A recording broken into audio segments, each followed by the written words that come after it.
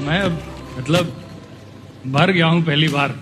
अरे ये बाप बेटे का रिश्ता ना दीदी ऐसा होता है, माँ तो बोल देती है ना कि लव यू, बाप बोलता नहीं है। नहीं बोलते, और सच्ची नहीं माँ के लिए बहुत लिखा पढ़ा गया है, बाप के लिए कम लिखा गया है। मैं बाप के लिए 4 लाइन पढ़ता हूं।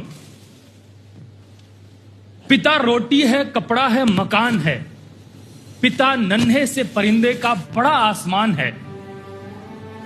पिता रोटी है, कपड़ा है, मकान है, पिता नन्हे से परिंदे का बड़ा आसमान है। पिता है तो घर में प्रतिपल राग है, पिता से माँ की चूड़ी बिंदी और सुहाग है। पिता है तो बच्चों के सारे सपने हैं, पिता है तो बाजार के सब खिलौने अपने हैं।